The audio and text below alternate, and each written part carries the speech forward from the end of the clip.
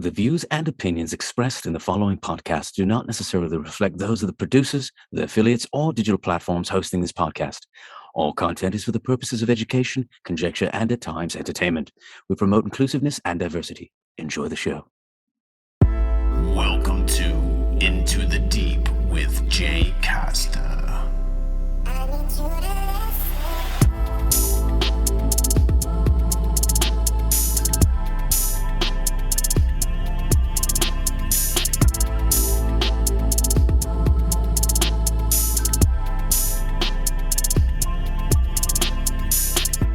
Welcome to Into the Deep. I'm Jay Costa. I am exultant about today's guest. She's the founder and CEO of the SapioCenter and happens to have a degree in biochemistry. Today's guest is Crystal Cassidy. Crystal created SapioCenter to blend the known with the unknown, combining science and spirituality that gets right to the heart of spiritual development. Crystal has a background in the sciences with a degree in biochemistry. She combines this know-how of the business world with her extensive training in meditation, breathwork, Reiki, yoga, and a ton more. We talk about so much in this episode, everything from extraterrestrials to consciousness to our individual spiritual journeys. So, join me as we seek light and journey into the deep with Crystal Cassidy. Enjoy.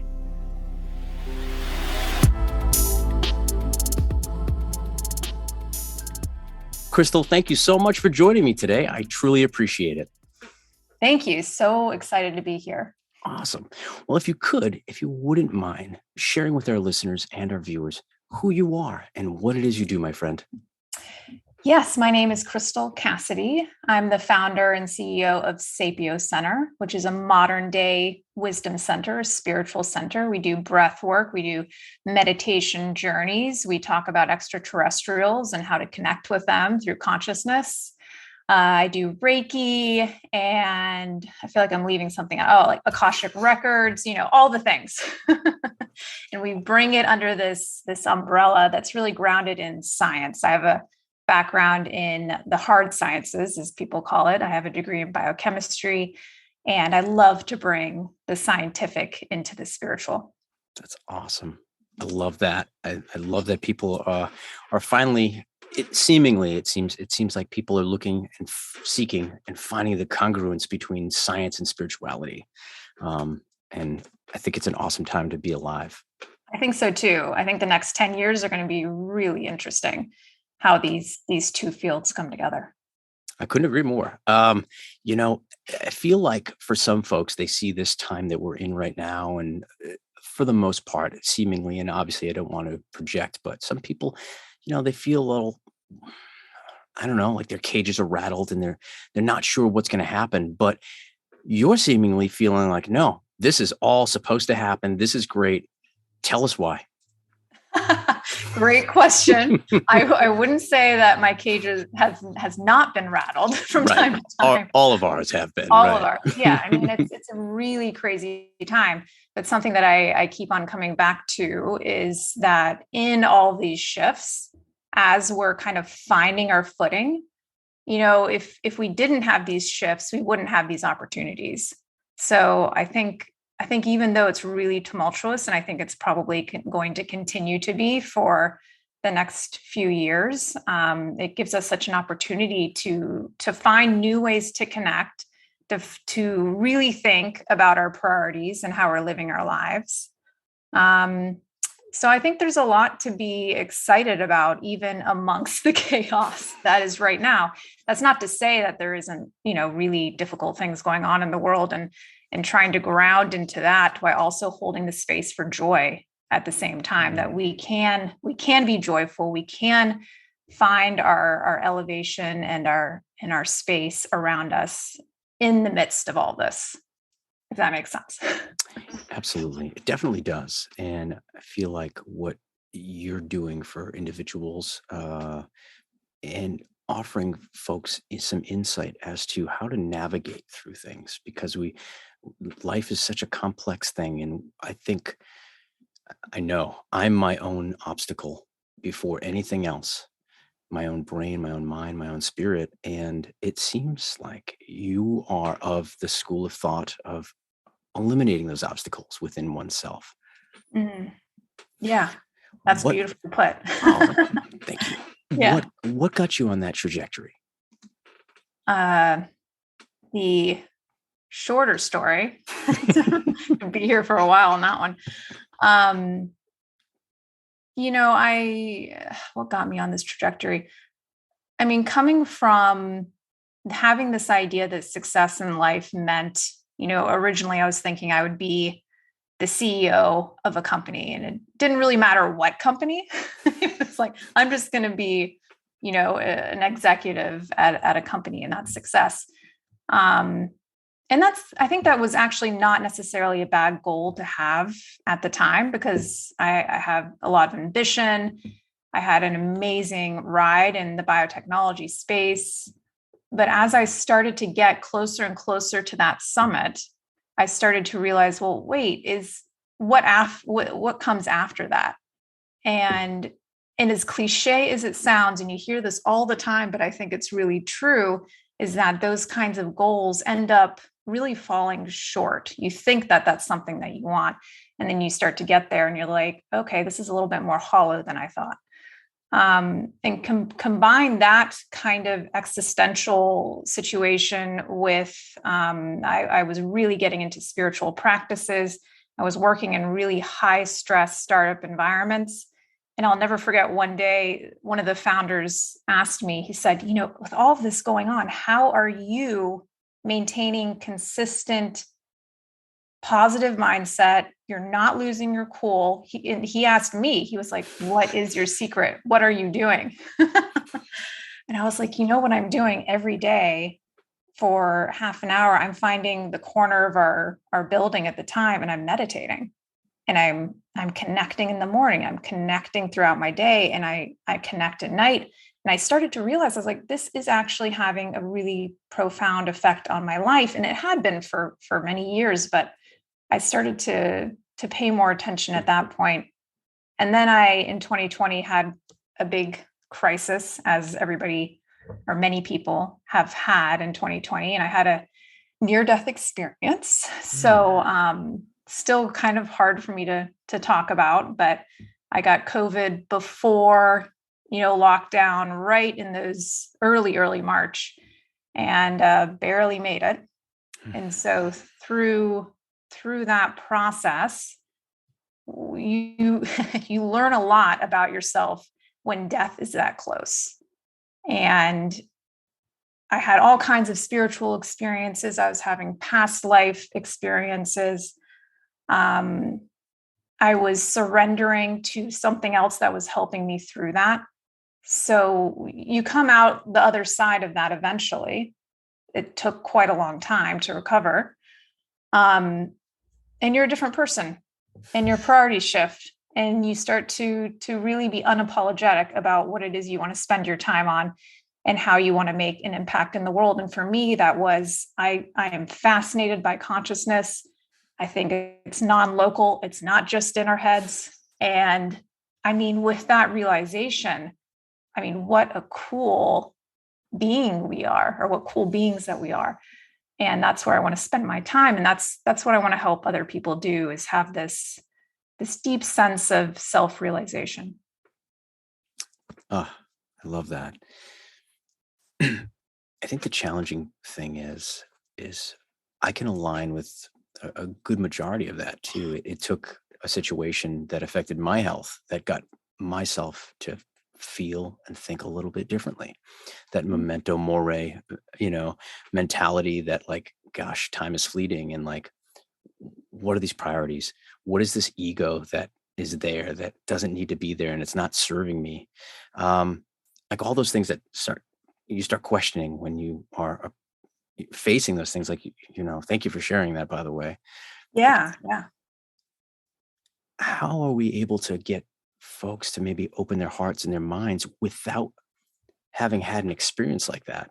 How are we able to get folks to start feeling those deep connections and really resonating with, who they are, their authentic self. Yeah. I hear a lot, and I tend to be I'm a little bit of a blunt person. So That's all right. Be assertive all you want. Yeah. But, I hear a lot of people having difficulties sitting in stillness. And I totally understand. I still have difficulties sitting in stillness. And it's so simple, yet there's so much there for us to discover. And so the one thing I would say for people is to start really pushing yourself a little bit, and it doesn't have to be big, massive strides of really sitting in that stillness. And we do practices where there's sound, there's mantra, there's guidance, and that's all beautiful. And it helps you kind of drop in and feel a little bit more comfortable with that silence and with that stillness, because ultimately, this is what I tell people too, I can walk you to that cliff. I can hold your hand there. But ultimately, for each one of us, we have to decide if we're going to jump off that cliff, knowing that we can fly, right? Knowing that you have that ability, but it's scary. It's part of spiritual development in getting familiar with this ego that has some not great things to look at, right? That we don't really want to think that we're capable of. But you can really get far and take the journey to that cliff, but ultimately, and I think that's what a near-death experience does, is it is the cliff. You're there. You've just got to jump. You've got to surrender. You have to go through it. So as people kind of find their way there without having one of those very traumatic experiences, it's a lot of courage. I think spiritual development is very, very courageous. It's hard to find the words sometimes to explain to other people why you may live in the manner in which you live, or the way you act, or what your priorities may be. Have you found, since you've started this path or gone down this path, have you found it's been a little bit more challenging with people maybe who knew your former self and now they see a different Crystal, and how do you navigate that? How'd you know?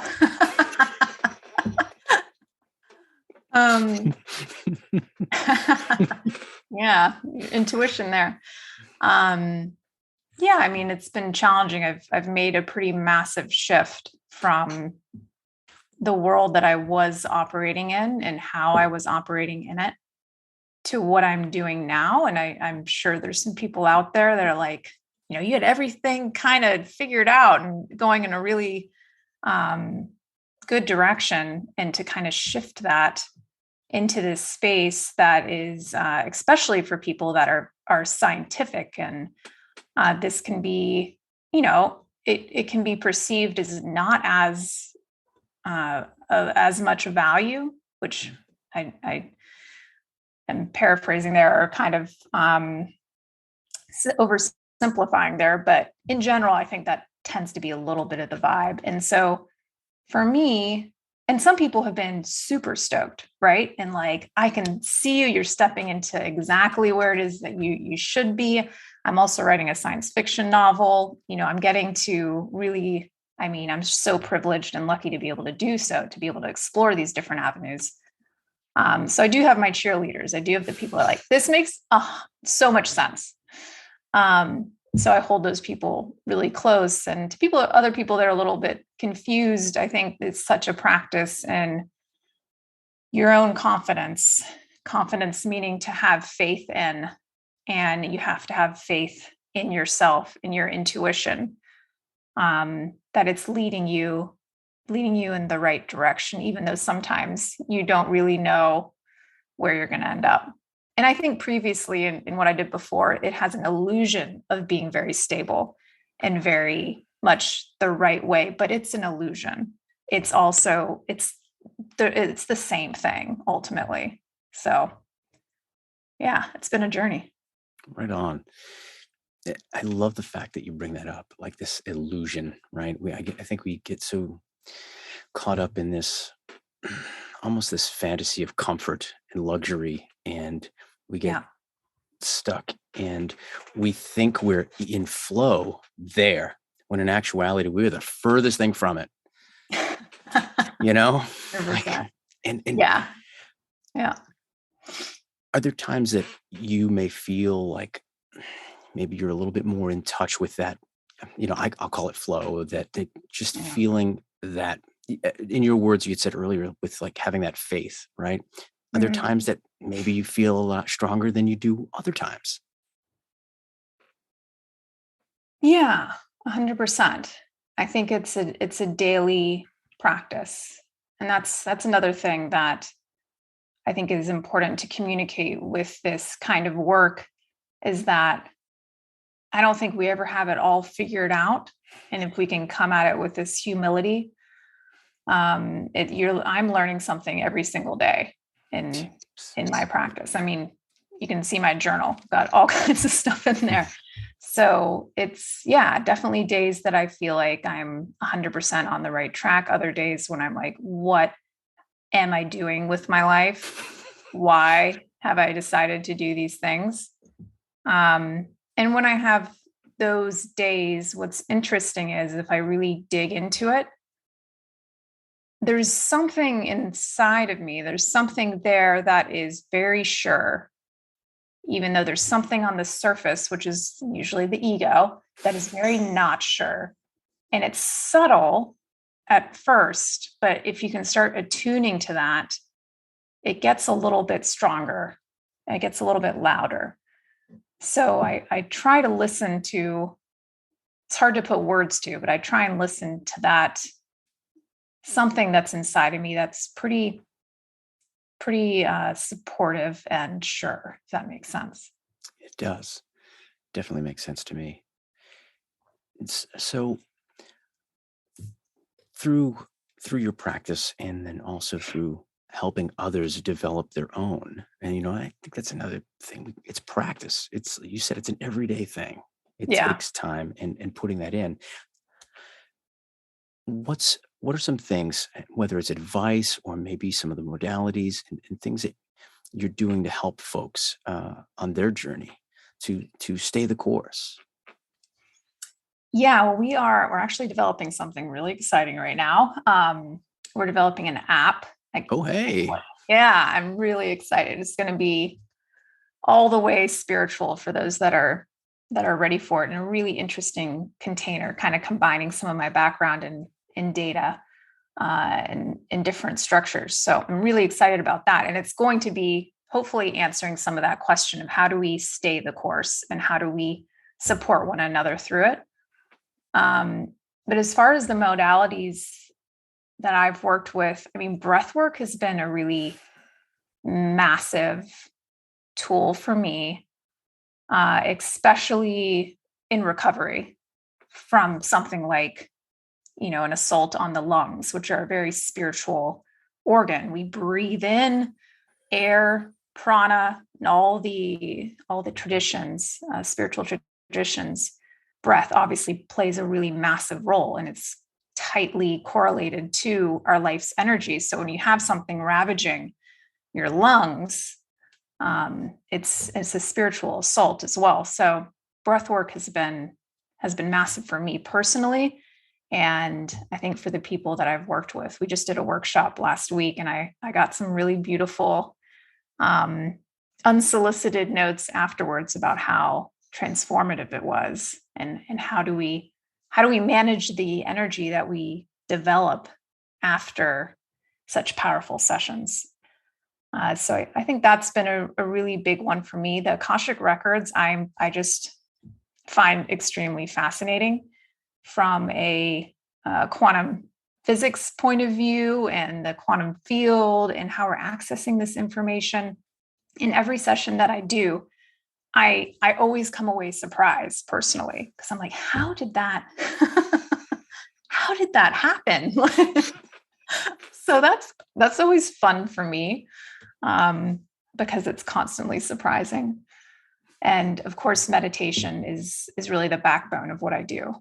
That's where I think breath work is really great for moving energy and getting things out of you. And you don't necessarily need to know exactly what it is. I like to tell people, release the story. Meditation, I mean, you can do it anywhere. It's always accessible to you. And I can't go through a day anymore not doing it. And there's so many different ways to meditate, but I really love breath work into mantra, into stillness. So that's where I think a lot of the power is in meditation. Right on. It's uncanny. I can align with a lot of it because my health issue was I had a lung abscess, and so my lungs were it was not a good scene. And so I worked with my pulmonary specialist and worked on a couple of different breathing exercises anyway, and tie that in with, I had done yoga a few years before that, and like someone had mentioned things about breath work, but it was still kind of a foreign concept to me for at that time. Now this is going back 20 years now, but 22 years.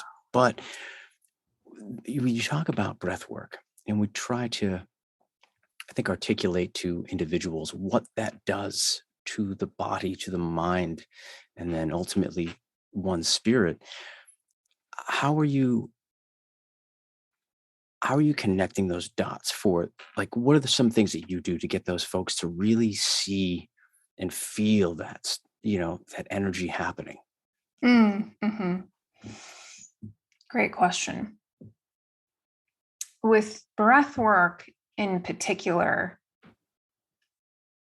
I think number one, there's a little bit of confusion about this. So I like to call it psychedelic breath work, because we have all kinds of different pranayama, yogic breathing, really powerful, beautiful practices, the triangle breath, nostril breathing, different types of holds, elongating the breath. And the breath work that I'm talking about is I like to call it psychedelic, because psychedelic means mind altering. And that's really what this breath work enables you to do. They're recently finding out that it looks like our brains release DMT on this type of breath work. So we really are having a psychedelic experience. Another thing that I think is really important is, for me, it's hard to go into one of these breathwork practices in 30 minutes. I think you have to create quite the container for that kind of transformational experience on both ends.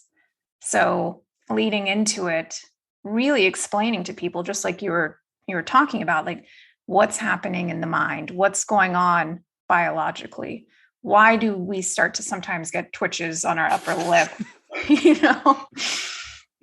It's so that people really understand and can feel safe, creating that safety, because breath work can be a pretty intense experience.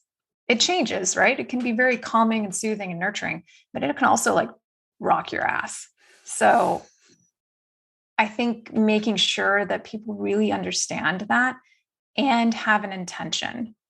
I think that goes a long, long way. So I always make sure that people have an opportunity, at least, to share an intention. And then as you get into that breathwork practice, I think a lot of it also has to do with sound. So music is creating an experience in that container as well as the guidance. Mm-hmm. And so I like to walk people through having an opportunity at first with the energy to release, to bubble up anything that is no longer serving them. And this can stay in the body and hold in the body in all kinds of different ways. We're finding out that scientifically as well. And so the first part of that session is really about allowing that energy to move without getting carried away with the story of what it is. Because for somebody like me, it's very analytical. I'm like, where is it coming from? why is it coming from here? How old was I? You know? And with breath work, I think you don't have to. You can just let it move right through you. And I learned that from a really beautiful breathwork teacher. And as you move into that culmination where you're really just letting it go, you've cleared this space. And that's what breathwork does. It clears space. And then you have the opportunity to invite something new into that space. And that's what it's all about from my perspective. And so when you come out of that practice, you really do feel like a new person on a lot of levels. And I also think that with breath work, it can take 3 to 5 sessions before you really find your footing with it and you learn how to move with the breath. Usually the first session or 2, people are still kind of finding their way. So there's a little bit of a learning curve, I think. Absolutely. What would you say to somebody who might have some trepidation, maybe, just maybe their upbringing, it could be a myriad of things where someone has some hesitation, maybe trying to explore these avenues and try these different techniques? For people that have hesitation, I think I would invite people to, and this is really what I like to bring into our practices, to not take it so seriously. I think playfulness and a little bit of space just to be weird and silly with it. I mean, like we were talking about, this is all an exploration. Some things are going to work for you where you're at, and some things aren't. I was super skeptical of the Akashic records. When I went into that training, I was almost walked out because I was like, this is, why am I doing this? This is crazy. There's crazy people. And I'm so glad that I stayed. And I really just had to cut myself a break and be like, okay, maybe there's something here. My intuition's telling me there's something interesting here. And it all comes down to consciousness, right? I feel like with spiritual development, everybody has a kind of similar starting story. You start to have certain insights. Maybe you go through a period where you see ghosts, and that's like my husband, who is very much not in this space. He saw his first ghost. We actually saw it together, and that was a massive kind of shift, because how do you explain that if consciousness is contained to the brain? So everybody's going to have their own journey, and if you're not ready for it, that's also okay. It could just not be for you right now. But I also, for those that are just getting into it and trying it out, I bring a little lightheartedness to it. Try some things, see what feels good. And when you're ready, we can really go there with the practices. And that's what we're developing is for people that are really ready to go there. They want to go deeper. They know that there's more. As much as I love mindfulness, it's a massive pillar of what we do. I think there's a lot more depth that we can go into. And so that's where I like to spend my time. Awesome. And so for those folks that are really looking to dive in, maybe they're, already been doing this for a while, and we're talking about that, you brought up that consciousness, and even your husband seeing, a ghost and you simultaneously. Now, are we talking for those, I like to open it up for folks that if it's new to them, or even if they're experienced, and we're talking about raising our, vibration, and reaching a higher frequency to be able to maybe experience things. Are these the things that you mean when you talk about communicating with extraterrestrials? Yes, for sure. Very exciting time for us, I think. But communicating with extraterrestrials, I think, first of all, the stigma around even being able to have that conversation is starting to soften. I don't think it's completely softened, but it's certainly starting to. And I think I have to recognize the work of Dr. Stephen Greer and his work on consciousness. And I was lucky enough to get to meet him. And I'm starting to really connect the dots and understand that there's a reason that spiritual development and meditation and all this work that you're doing to raise your vibration, raise your frequency, and create a new life for yourself through these practices. Why that is so connected. These communities are very connected, the spiritual and the extraterrestrial curious. And I started to really get that. I was like, okay, this is why. It's because we're elevating our consciousness, we're expanding our capabilities through these practices. And that's how extraterrestrials communicate, is through consciousness and maybe travel. And probably travel. So once I got that, I was like, it makes perfect sense to me, even from a scientific standpoint. Once we kind of get past the whole, do extraterrestrials exist? I think it's pretty clear that they do. And then let go of the assumption that they communicate in the way that we currently communicate, which I don't think is the case. So yeah, I think it's a really exciting time. And I think that's how those two worlds start to come together. It makes a lot of sense to me.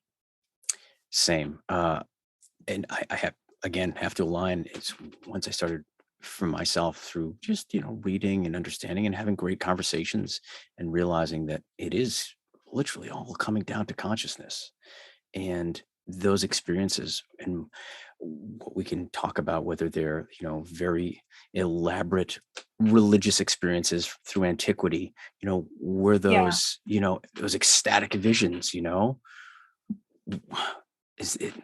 could that be what we're talking about now even? What do you mean? Like, I guess, sorry, I wasn't clear. Like, no. So some of those ecstatic visions that maybe through antiquity, people felt so compelled that they had to write down and share orally, or in written tradition that got passed on, like some of these experiences, was human consciousness at a different point then, Gotcha. Yeah. I think, yeah. I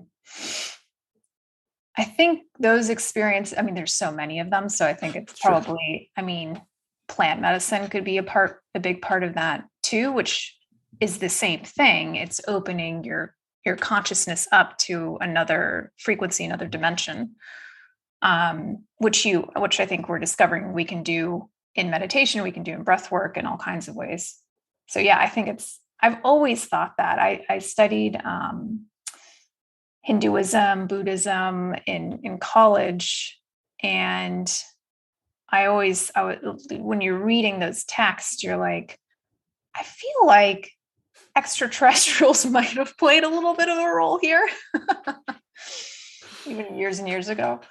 I think a lot of people do. And I don't think that's so far off base. There are people at that time, maybe even more evolved than we are now with our consciousness, to your point, I think, where I think we've gone through periods of time on this planet where the prioritization of how we spend our time and how people evaluate, not success, but how people relate to one another has been more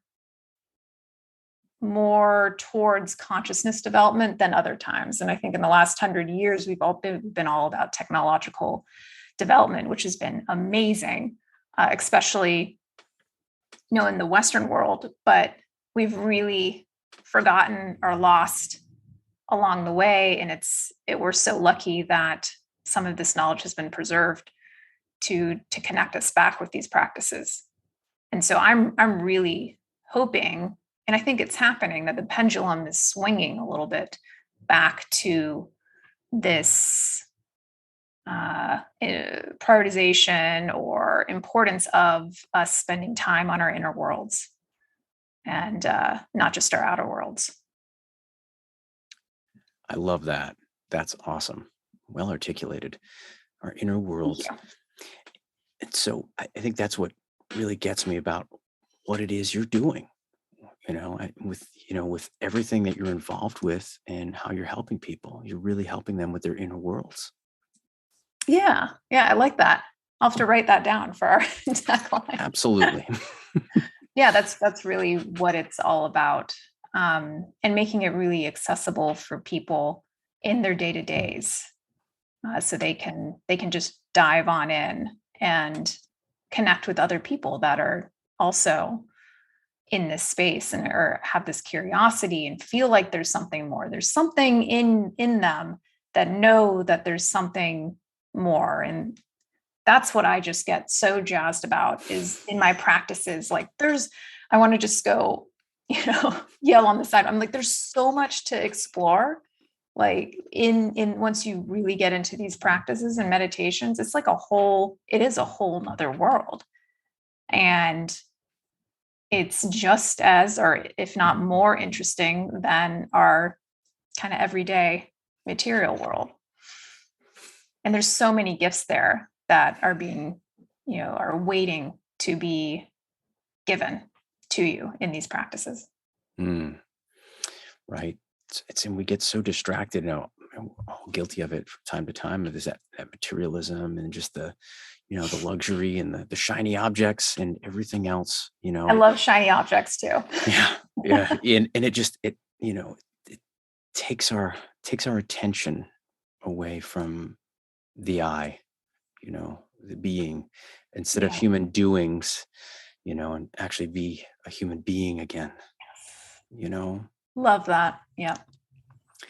And I feel the importance of it just because I know the difference it's made in my own life, and I can definitely align. I want to scream from the rooftop sometimes, just like, please, everybody, just take a moment and just like do this, feel this, and then it's just feel this. Do you feel that? And just being excited and about all the awesome, like you said, there's just so much inside to unlock. What are some other things that you help folks with? Walk us through some of the things you're doing. We are doing, we just wrapped actually a 21-day immersion. So in those immersions, I love them so much because we get to connect in a really intimate way through this 21-day practice. And I had written these or designed them as 30-minute practices. And what I was finding is that it was turning into an hour every day. And then we would do these weekly elongated practices. And we're bringing in Kriyas. I'm also Kundalini Yoga certified, and kind of bringing this all together. And I've just been really fascinated and excited by how much people have gotten out of them. And last course, we just had some really interesting manifestations happen around that particular theme, which was worthiness. So I really love the immersions, and that's kind of where we're going with the app and the spiritual studio. So a lot of behind the scenes happening right now, to be honest with you, a lot of development, building out the suite of our offerings. But in the meantime, I'm doing a lot of individual sessions. Reiki has been a massive tool of mine, also something that I credit with my healing and being able to connect with that universal energy that we can channel through our hands, which are also extensions of our heart center. And being in self-practice, that's really how I developed it. It was so powerful. I was like, I can actually feel it running through my body. Again, just like so fascinated by the power of these practices. So I do enjoy helping those that are interested in Reiki, especially if you have acute or chronic physical tensions or illnesses. It's really a great way to bring in some healing, bring in some additional energy. Because I think when we're in a depleted state, not only are we depleting the physical body, we start to deplete our energy bodies because we're trying to draw in that energy. So I think Reiki and Kundalini Yoga are really great for replenishment. For breath work, like we talked about, and intuitive sessions. That's another area I'm spending a good amount of my time on. And like I said, I just really enjoy that personal connection with the people that are exploring. They're trying to usually want some sort of guidance. I know for me, there's been times in my life where you just feel a little blocked from, maybe it's your intuition, you feel a little stuck, you're not quite sure what way to turn. And what I love about intuitive readings is that it helps you get out of your analytical mind of trying to figure your way out of something or into something. And these intuitive readings are accessing this field of information that is between everything. Akasha is like ether. It's the space between space. And there's something there. It's not just empty. So that I find just personally really, really fascinating. And something comes forward in every single one of those sessions that just blows my mind, whether it comes through me in a physical sense, in a knowing sense, in a visionary sense, all kinds of different ways that information can be brought into the human experience. And then you can also learn how to do that for yourself. But I really enjoy doing that for others. That's awesome. And have you had any folks, that have, come to you and now maybe they're starting to do the practice themselves. Maybe they started their own, version of it or their own. Mm-hmm. Oh, I love that. Yeah. Yeah. When I see people really take off or finding some nice grounding and spiritual practices that work for them, that brings me the most amount of joy is seeing that, and their lives just feeling a little bit lighter. And we talk a lot about lightness of being and moving from the heaviness of doing, kind of like the human being and human doing. And that just makes me feel really, really joyful when I see other people be able to access that for themselves and really stabilize in that frequency, in that energy. Yeah. Right. I think for most folks, it's probably the most challenging to, I guess, stay constant out of a lack of better terms, right? Yeah. Without sliding back, 100%. Worrying about the mortgage or worrying about their children, and maybe, what's some advice that you would give to those individuals, maybe in those moments? Yeah. Interesting you asked that question because I had one of those moments today where just, really kind of some disappointing news and having to process that. Like, it's part of the human experience, right? It's ups and downs. And I think the people that have really, and even when we think of spiritual masters, I've learned a lot from Paramahansa Yogananda. A story that I really, really like along these lines is that one of his teachers received news from one of the master teachers that he was going to die soon, which there's a whole story behind that. It sounds very brutal, but this message was being relayed to this spiritual teacher for whatever reason. And as the story goes, he took in this information and was distraught. He's a very, very evolved spiritual teacher, a spiritual being. And it's not that things don't affect them. And I really wish more spiritual teachers would talk about this. The difference is how you metabolize that experience. And so I've really thought a lot about how I metabolize perceived negative experiences, which is always my story about them, right? Which today I was like, okay, my story that I'm attaching meaning to is that I'm not good enough in some way. And you can start to just kind of just that realization, that building of awareness that you're upset because of some belief that you hold. You can start to bring that out of you a little bit and really look at it and let it have its moment and then metabolize it just like you would food. It's moving through your system. Doesn't mean you don't feel it. Doesn't mean you don't have a good cry. Feel it, let it move, and really let it leave.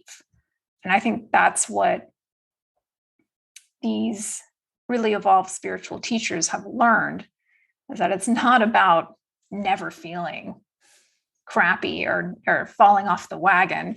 It's about how you metabolize it. And as far as practices, I always think progress over perfection.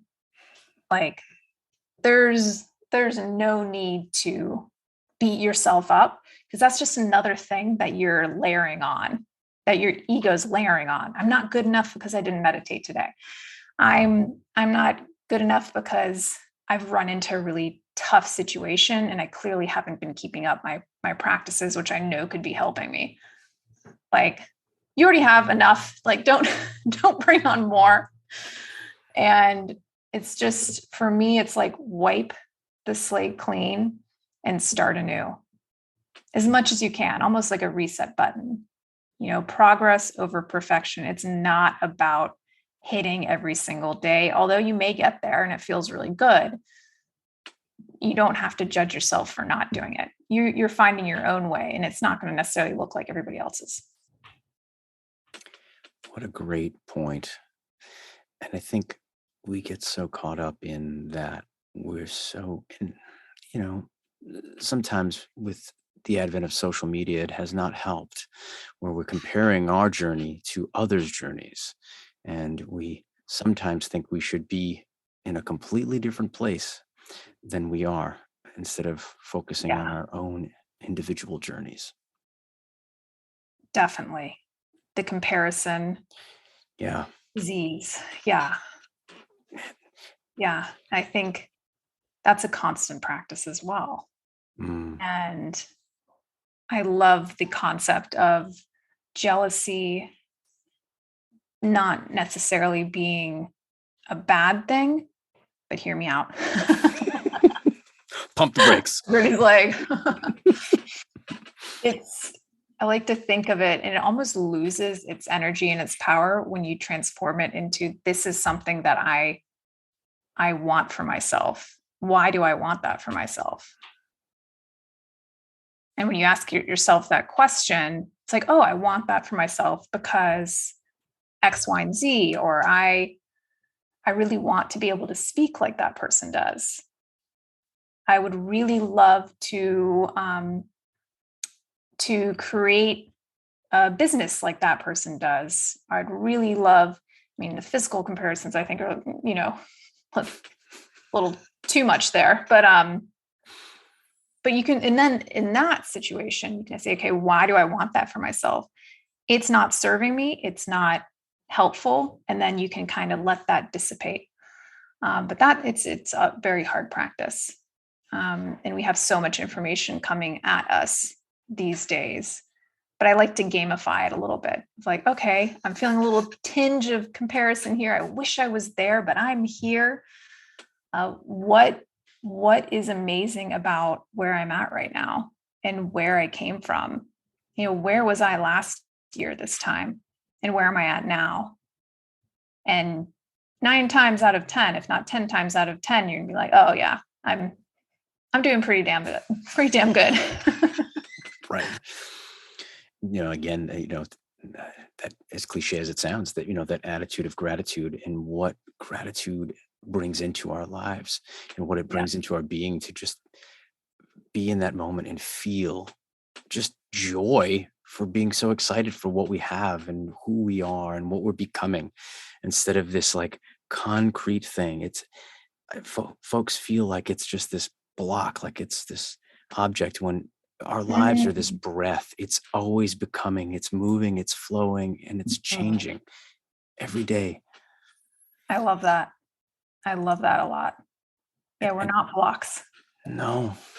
And there's a reason why there's going to be those seasons and those ups, those downs, those hills, those valleys. And um, and nature tries to show us each and every day, but we're not Yeah, always paying attention to nature.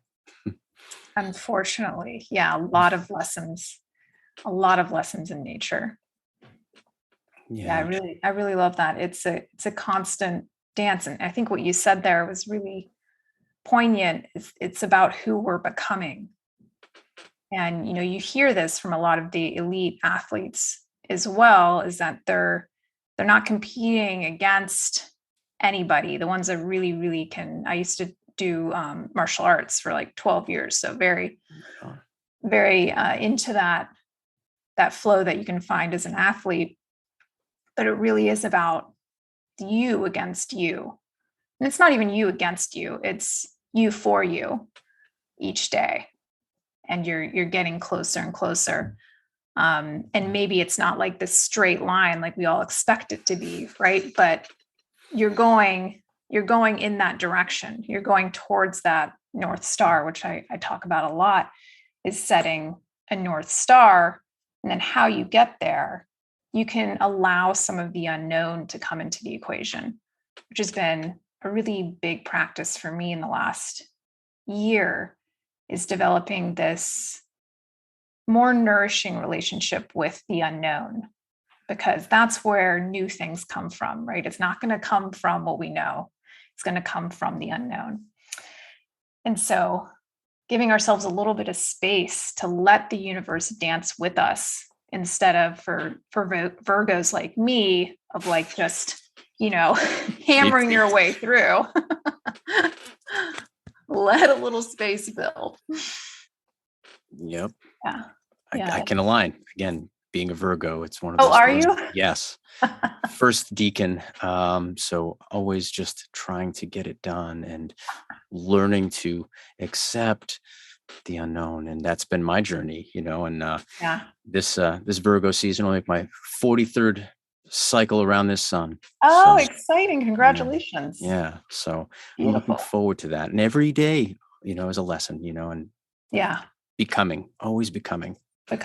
Yeah, absolutely. It's such a gift that we have, such a cool opportunity. Very excited to be on the planet at this time. Me too. It's pretty riveting. I mean, it's exciting. It's a front row seat. Can't say it's not exciting every day.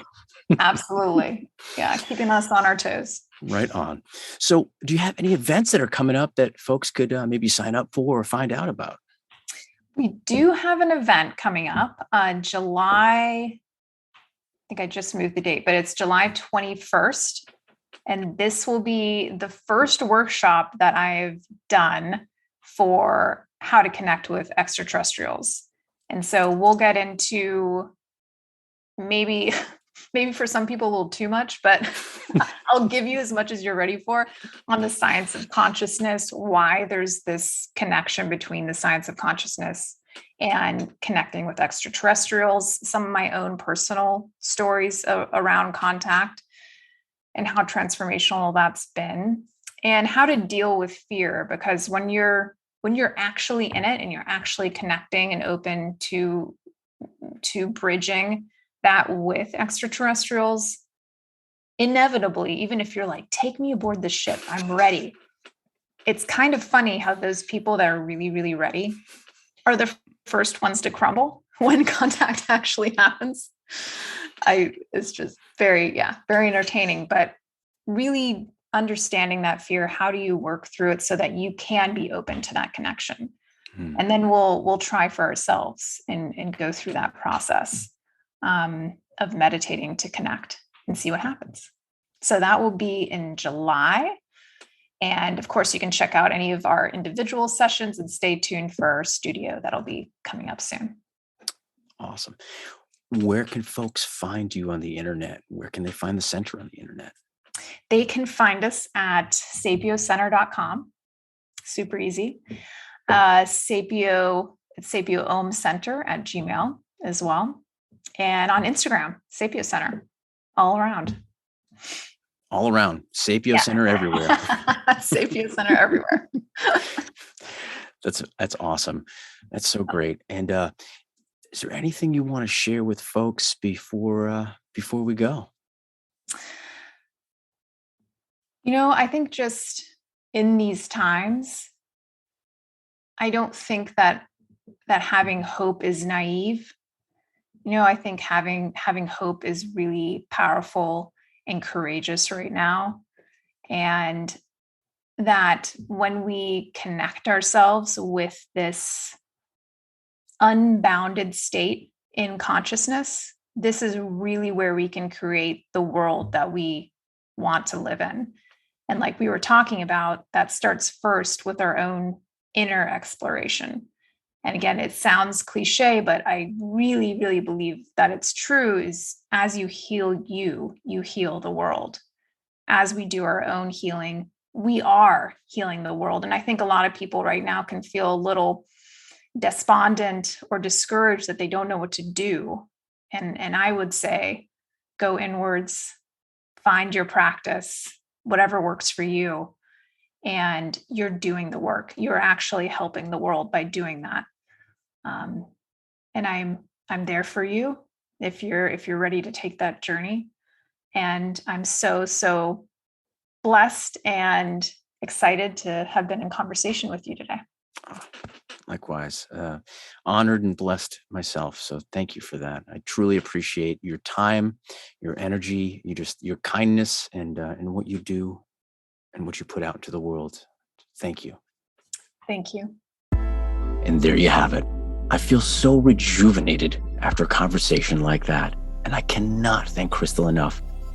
You can find Crystal as well as more information about the SapioCenter at SapioCenter.com. And you can find them on Instagram at SapioCenter. Crystal also has an amazing event Thursday, July 21st on making contact with extraterrestrials, where she goes into the why there's a connection between the science of consciousness and connecting with extraterrestrials.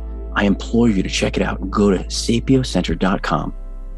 You can find us on Instagram at itd.jcosta, as well as on Twitter at itd_jcosta. We recently started a Patreon, so be sure to check out our Patreon page where we have our inner sanctum and additional content.